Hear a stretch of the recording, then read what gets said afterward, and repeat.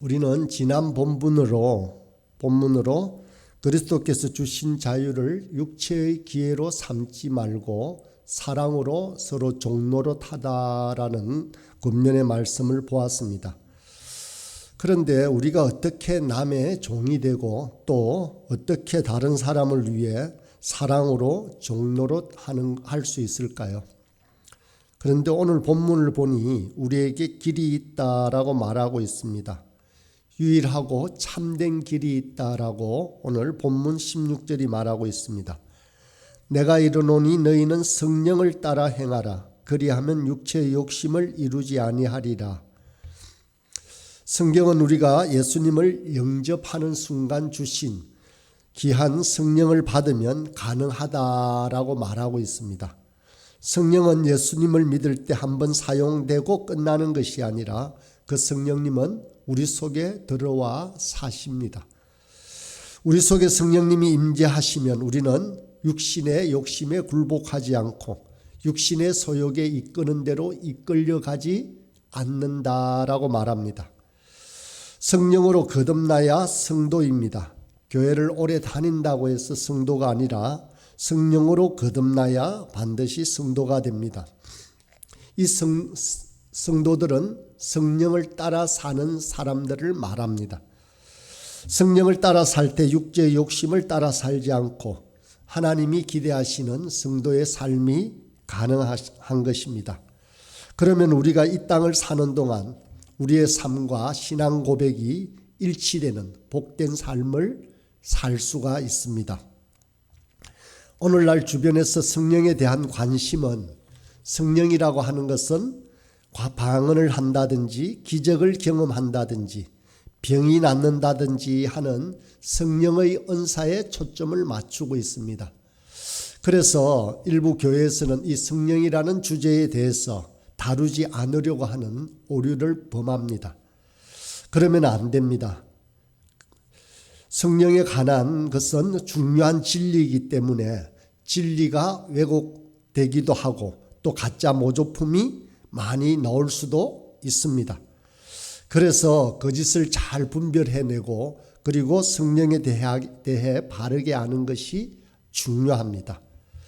성령의 은사에 대한 언급이 많으니 성령은 은사만 주는 분이라고 생각하실 수도 있습니다. 그러나 성령은 그 자체로 인격이시고 거룩한 영이십니다. 성령은 우리가 육체의 욕심을 따라 살지 않고 하늘의 신령한 성품을 따라 살도록 하십니다. 그러면 이 성령을 따라 살게 되면 우리 속에 자연히 거룩한 열매, 성화가 이루어집니다. 그런데 이 성령님은 우리에게 강제하지 않습니다. 강제로 이렇게 만들려거나 우리를 이끌어가지 않습니다. 대부분의 경우 우리를 억지로 다루지 않으시고 성령님은 우리의 눈을 열어주십니다. 그래서 죄를 떠나고 육신의 욕망을 따라 살지 않도록 우리 마음속에 소원을 주시는 것입니다. 우리 교회가 지속적으로 훈련하고 있는 주님을 바라보고 주님을 의지하는 것, 이것이 바로 우리의 본성을 따라 사는 것이 아니라 성령님을 따라 사는 것입니다. 여러분, 성령을 따라 사는 삶이 성도의 삶에 있어서 가장 중요합니다. 성령을 따라 살면 우리 삶에 치열한 싸움이 일어납니다. 본문 17절을 보겠습니다. 육체의 소욕은 성령을 거스르고 성령은 육체를 거스르나니 이 둘이 서로 대적함으로 너희가 원하는 것을 하지 못하게 하려 함이니라. 우리가 성령을 따라 살지 않으면 우리 속에는 아무런 일도 일어나지 않습니다. 갈등도 없습니다. 그런데 성령을 따라 살려 하고 말씀을 순종하려고 하면 우리 안에 치열한 싸움이 일어납니다. 육체와 성령이 치열한 싸움을 합니다.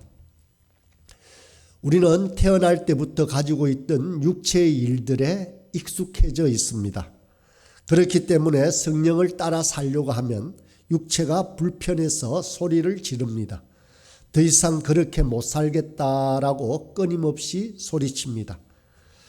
저와 여러분의 마음속에 그 치열한 싸움의 아픔과 수고가 있다는 것을 잊어서는 안 됩니다. 우리는 그저 편안한 인생을 살기 위해서 예수님을 믿는 것이 아닙니다. 우리는 하나밖에 없는 생명을 걸어가는 자들입니다. 여러분, 그럼 우리가 성도로서 이 땅을 살아가면서 성령을 따라 살고 있는지 아니면 육체의 소욕을 따라 살고 있는지를 어떻게 알 수 있겠습니까? 본문을 보면 육체의 소욕을 따라 사는 사람들은 이렇게 사는 것이다 라고 말하고 있습니다. 17절로부터 21절의 말씀을 연이어서 한번 보겠습니다. 육체의 일은 분명하니 곧 엄행과 더러운 것과 호색과 우상숭배와 주술과 원수 맺는 것과 분쟁과 시기와 분냉과 당짓는 것과 분열함과 이단과 투기와 술취함과 방탐함과 또 그와 같은 것들이라. 전에 너희에게 경계한 것 같이 경계하노니 이런 일을 하는 자들은 하나님의 나라를 유업으로 받지 못할 것이요. 여기 육체의 일은 분명하다라고 했습니다. 한글 성경에는 육체의 일이라고 단수로 나옵니다마는 원문에는 이것은 복수입니다.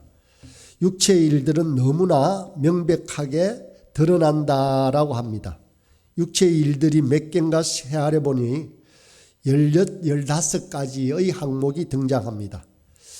이것이 한 개 한 개 다 독립되어져 있는 것이라기보다는 서로 연결되는 한 묶음의 열매입니다.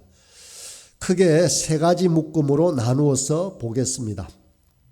첫 번째 묶음은 성적인 타락입니다.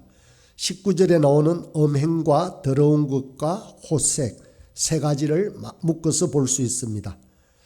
우리가 육체를 따라 사는지 성령을 따라 살고 있는지를 분별하는 중요한 잣대는 우리 마음속에 무엇이 가득한지를 보면 됩니다. 엄행이라고 하는 것은 포르노라는 말의 어근에 해당하는 단어입니다. 성경은 남편과 아내가 서로를 마음껏 누리라고 합니다. 그러나 부부관계를 벗어난 모든 성적인 관계를 죄라고 합니다. 그러나 우리가 사는 사회는 이런 것들을 죄라고 말하지 않습니다. 그런 것을 사랑이라는 이름으로 다시 아름답게 그려냅니다. 남편과 아내가 서로 사랑하지 않으면 다른 사람과 사랑을 나눌 수 있다라고 합리화합니다. 우리가 아무리 합리화한다고 해서 우리의 삶은 하나님께서 판단하실 것입니다. 재판관은 우리 자신이나 이웃이 아닙니다. 재판관은 결코 이 세상이 아닙니다. 이 세상의 가치는 여러 가지 사랑이라는 명목으로 여러 가지 제약된 것들을 합리화시키고 아름답게 미화시킵니다. 우리를 재판하실 하나님께서는 부부관계가 아닌 다른 성관계를 절대로 지지하지 않으십니다. 엄행은 구체적인 행위만을 말하는 것이 아닙니다. 엄란한 서적을 보거나 영상을 보는 것까지 다 포함하고 있습니다. 우리 사회에는 이런 엄행이 관영하고 있습니다. 인터넷에 널려있는 여러 엄란한 자료들이 청소년과 청년들에게 노출되어 있습니다. 많은 엄행이 노출되어 가정이 무너지는 것이 옛사일처럼 여기는 사회가 되었습니다. 이런 엄행을 하다 보면 어떻게 될까요? 반드시 도덕적인 타락으로 추한 행실을 동반하게 됩니다. 그래서 엄행 다음에 나오는 더러움이라는 단어가 있습니다. 성적, 윤리적으로 추함을 포함하는 것이 바로 이 더러움이라는 단어입니다. 이 엄행과 더러움이 반복되면 호색이 생겨납니다. 호색은 아예 드러내놓고 끄리낌 없이 성적인 범죄를 저지르는 것입니다. 노골적이고 과도한 성적 탐닉을 하면서도 수치심을 느끼지 않는 것이 호색입니다. 오늘날에 보면 이러한 경우가 많이 있습니다. 공공장소에서 사람들이 보고 있는데도 조금도 두려워하지 않고 무례하고 뻔뻔스럽게 행동하는 것들이 비일비재합니다. 다른 사람의 인권을 무시하고 아무렇게나 자기 욕구를 발산하는 것이 호색입니다.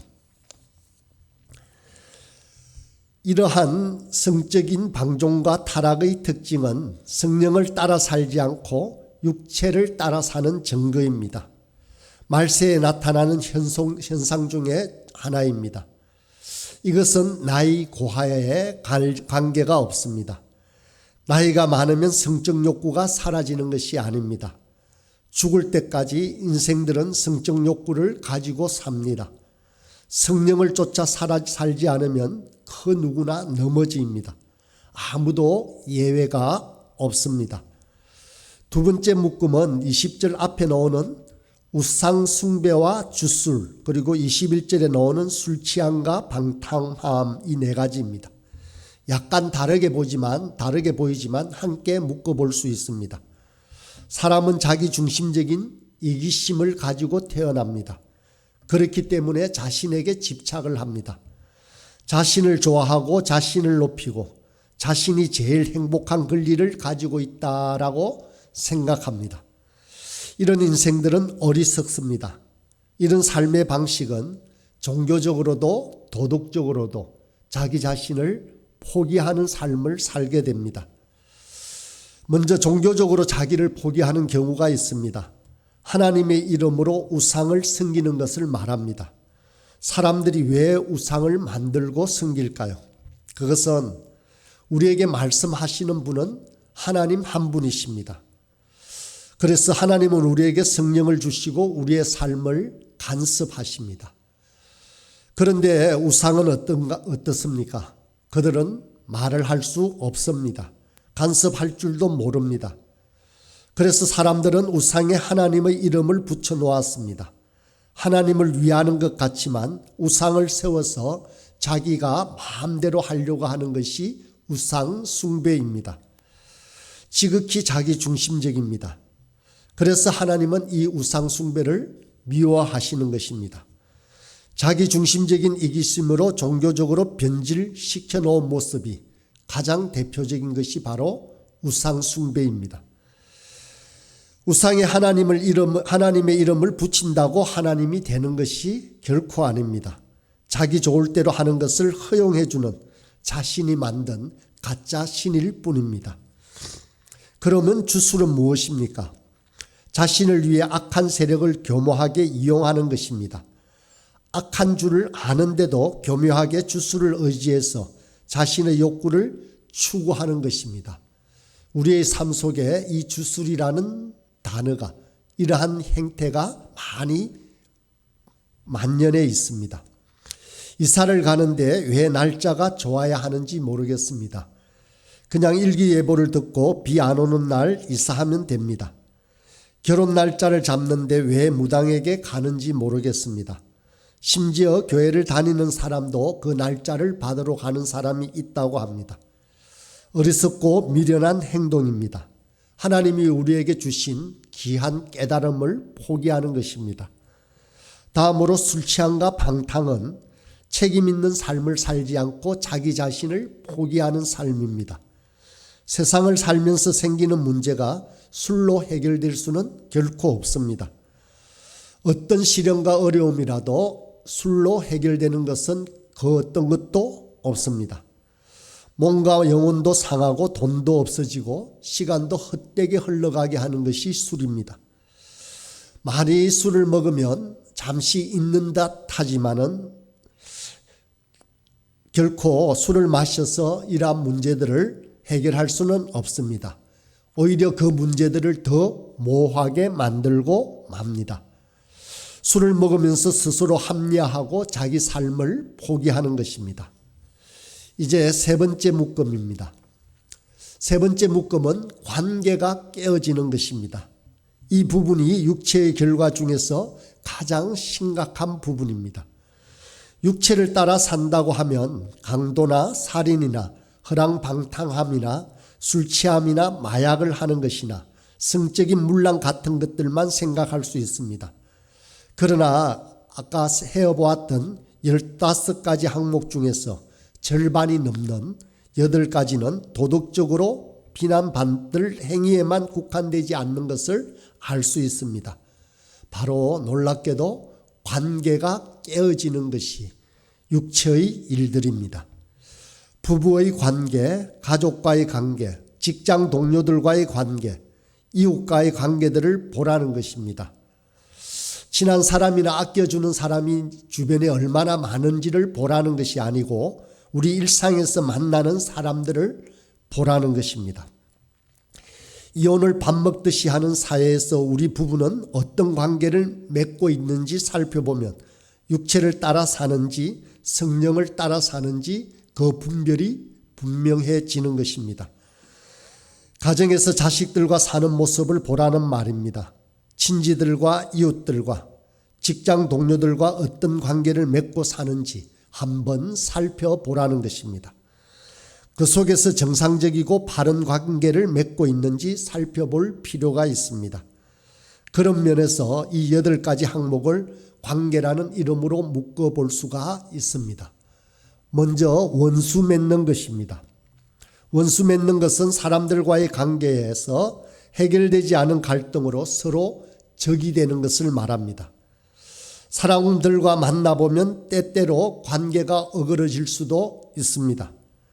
그런데 이 사람들과의 관계에서 이런 갈등을 해소시키지 않고 그 갈등 상황을 마음속에 담아두고 끊임없이 적의를 품는 것을 원수 맺는 것이라고 할 수 있습니다. 이렇게 되면 필히 다음 항목인 분쟁이 일어나게 됩니다. 싸우게 됩니다. 삐딱한 마음을 품었으니 환경만 조성이 되면 끊임없이 싸우게 됩니다. 싸우면 분노를 터뜨리게 됩니다. 분노를 쏟아낸다라고 했습니다. 분을 내는 것을 이 사회는 당연한 것처럼 이야기합니다. 분을 내는 것으로 만족하지 못하니 사람들은 당을 짓습니다. 당 짓는 것은 성경이 아주 자주 다루고 있는 죄입니다. 사람이 자기 속에 있는 분노와 억울함을 스스로 풀지 않으면 자기를 지지해 줄 수 있는 사람들을 모아서 자기 편으로 만들려고 합니다. 하나님이 제일 미워하는 죄 중에 하나가 바로 이 분열과 이 당 짓는 일입니다. 강도나 살인 이상으로 나쁜 죄입니다. 당을 지으면 자연히 분열하게 되어 있습니다. 분열하게 되면 본류로부터 끊어지면서 이단이 되는 것입니다. 이렇게 원수 맺는 것, 분쟁, 당 짓는 것, 그리고 분열, 이단 모든 것들이 관계로 말미암아 비롯되는 것입니다. 그런데 이 모든 관계의 어그러진 뿌리는 바로 육체를 따라 살기 때문입니다.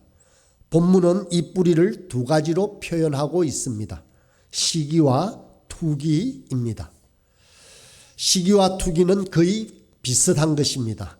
시기는 남들이 자신보다 잘 되는 것을 못 견뎌 하는 것입니다. 다른 사람이 나보다 훌륭하고 잘 되는 것을 못 견뎌 하는 것이 바로 시기입니다. 투기는 비슷하지만 다른 사람이 이루어 놓은 것을 내가 빼들고 싶어하는 마음입니다.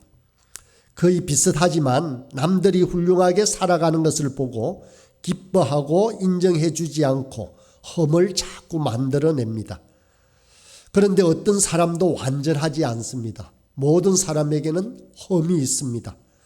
그런데 험을 1-2개를 가지고 모든 장점을 헐뜯어내려는 어리석음이 바로 시기와 투기입니다.